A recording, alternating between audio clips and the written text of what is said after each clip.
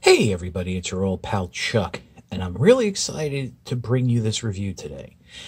I always like it when Hasbro can sneak something out past their informed crowd. You know, in this day and age of social media and groups and pages and Twitter, you know, we kind of know what's coming right away. In fact, for even the entire year. And then something like this happens. Today's review is Transformers Authentics Alpha Class Megatron. Now, I hope I have that right, as the class naming is a little confusing to me, but Bravo Class is apparently the smaller version, whereas Alpha Class is the larger version. Now, there is a review of Bravo Class Megatron with Starscream that just hasn't been posted yet. But I didn't want to wait and really wanted to get this review out to you, since much like Optimus Prime and Bumblebee, this is a upsized version of the Bravo class figure, but it also has a large amount of improvements. So much so that I am prepared to say right now, this is the best Authentics figure that they've put out. Starting off in robot mode, right off the bat, the first thing you will probably notice is the larger Megatron has a black cannon barrel, which is closer to the look of his traditional fusion cannon, while the smaller Megatron has a gray one. It's also thicker in the barrel. Some of the greebling is in the same places, but if I can show you, where it's a concave circle, here it's convex, and hopefully I didn't screw that up. But that's just the first thing. The other thing you should notice, the smaller Megatron is that lighter grayish color, while this one is more of a darker gray. Not so much a darker gray, but this gray has maybe a hint of brown in it. Articulation is really the bigger point where the figures differ. Both heads are on a ball joint. Both arms are on ball joints at the shoulder, the internal joint, and at the elbows. Now, one thing that's changed on the larger Megatron that I'm sure you noticed is that as I turn it around, the treads are now on the back. And if I can see how I can show you this, maybe it's kind of going, I'm trying to figure, maybe if I can bring the arm. Basically what I'm trying to show is, you see how now the arm joint sits closer to the front of the figure? Well, on the smaller Megatron, it sits closer to the back. That is my one little, and it's really just a personal opinion there, that it changes the way the arms look, and I think I prefer this way a little bit better with them sitting back. One thing you can also notice is that on the treads here, there are wheels, and there's even wheels here on the back of the leg, whereas on the smaller Megatron, there are no wheels, but at least here on the chest, there are the slots for the wheels to go in.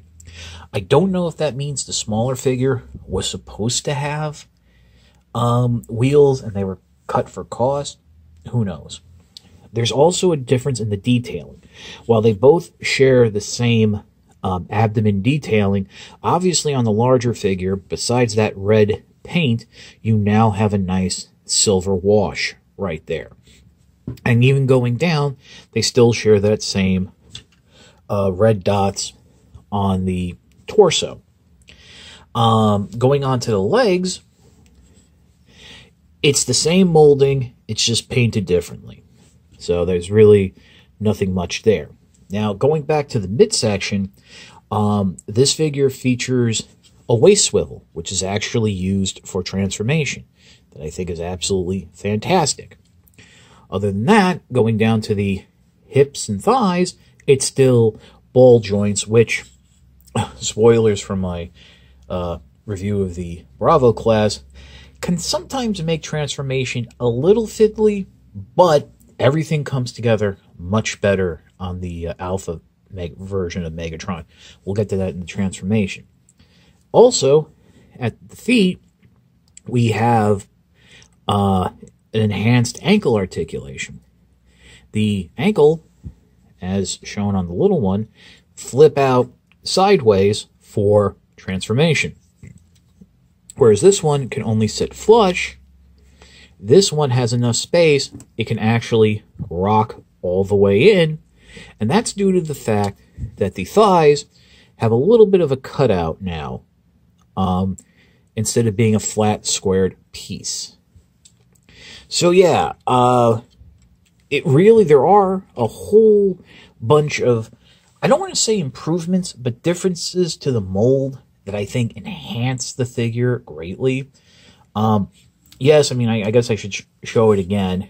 It is very hollow from the back. Both of them are.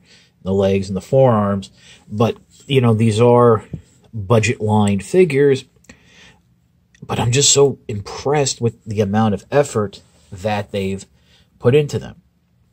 So now we're going to pause, and I'm going to take you through the transformation of the larger Megatron, and I'll point out the differences to the transformation of the Bravo class Megatron.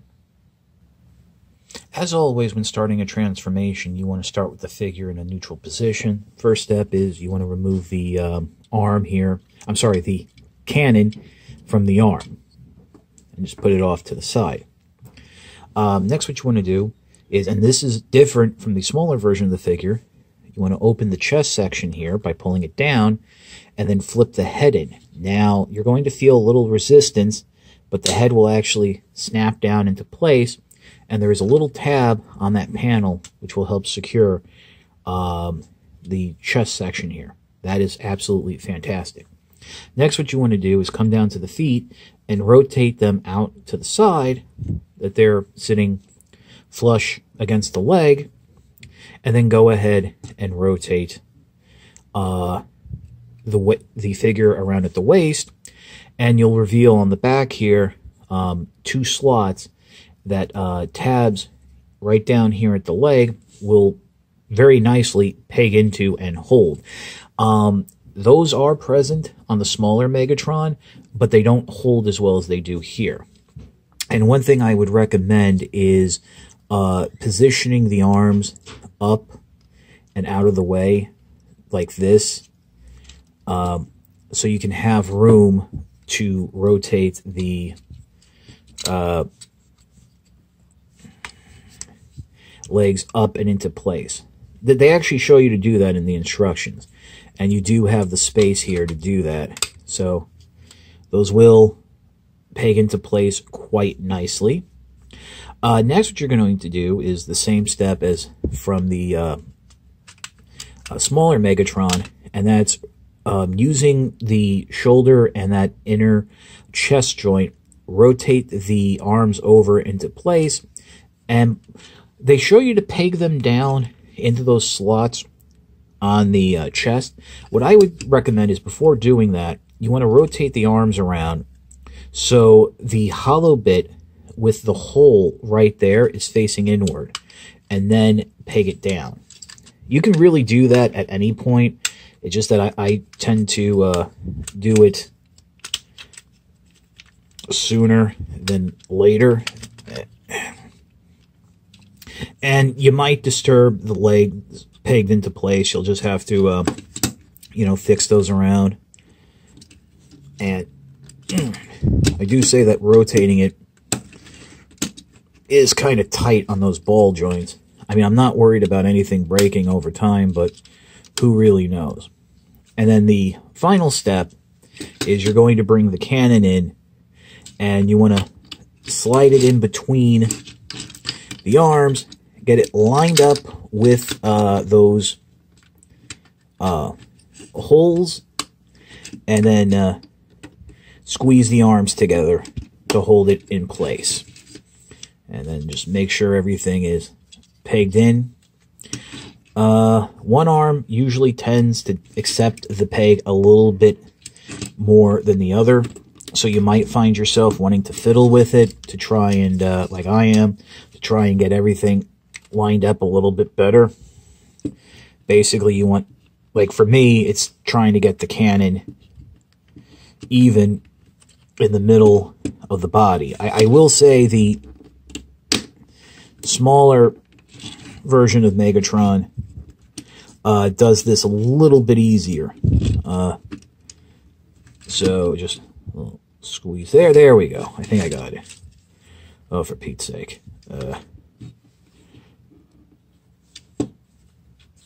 You know, it also doesn't help when dealing with ball joints. As you've heard me say many times, they can often cause a problem in terms of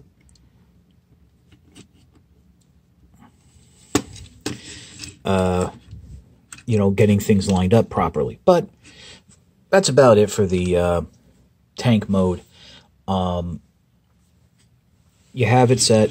It rolls very nicely on a good surface. I guess you can say you can rotate the barrel ever so slightly, but it is kind of blocked in by the chest of the figure. But bringing in the smaller tank, actually a lot of the detailing is similar. You do have the arms rotated around differently, and I think that's because of the change of how the figures transform. With that waist swivel, on the smaller figure, you basically have it where Megatron is folding over backwards.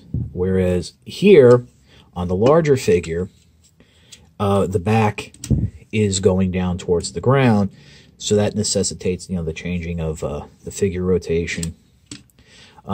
Interesting little touch there. You do have a Decepticon logo on the side, where on the larger figure you just have more foot detailing. So we'll pause, and I'll give you my final thoughts. Before we get into my final thoughts, there was just one little thing I wanted to point out.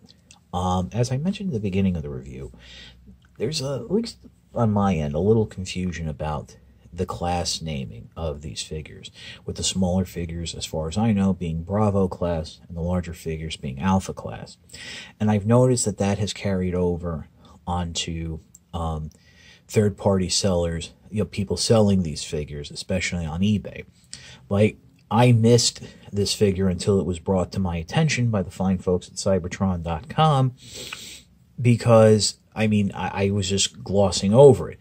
So I've also noticed that on eBay, people are selling the larger figures as Bravo class, whereas the smaller figures, I'm sorry, they're selling the smaller figures as Alpha class, and, you know, larger figures as Bravo, and actually they're switching the names around. So just a few tips that you can tell in packaging which figure you're going to get. Obviously, the first one is the black barrel of the larger figure and the silver detailing.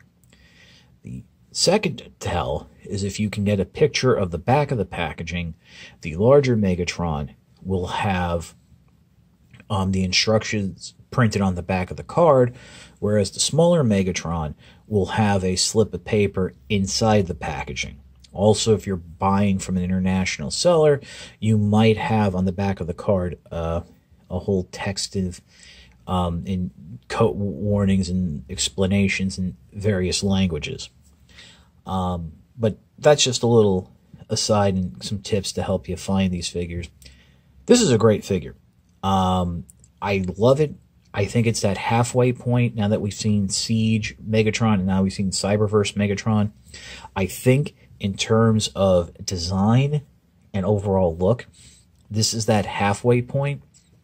The tank tends to lean more towards the Cyberverse version, whereas the robot mode tends to lean a little bit more to the Siege version.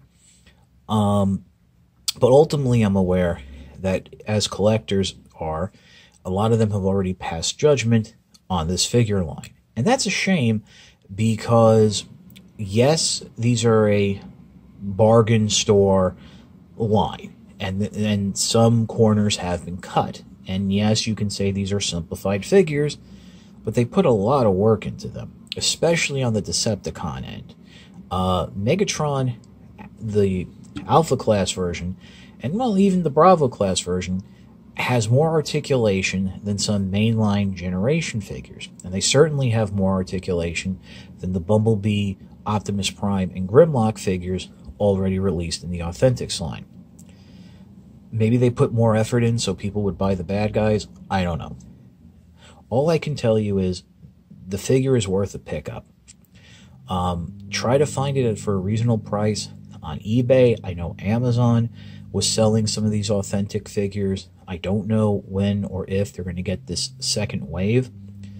But again, it's definitely worth a pickup. This is your old pal Chuck for Megatron. We will see you next time.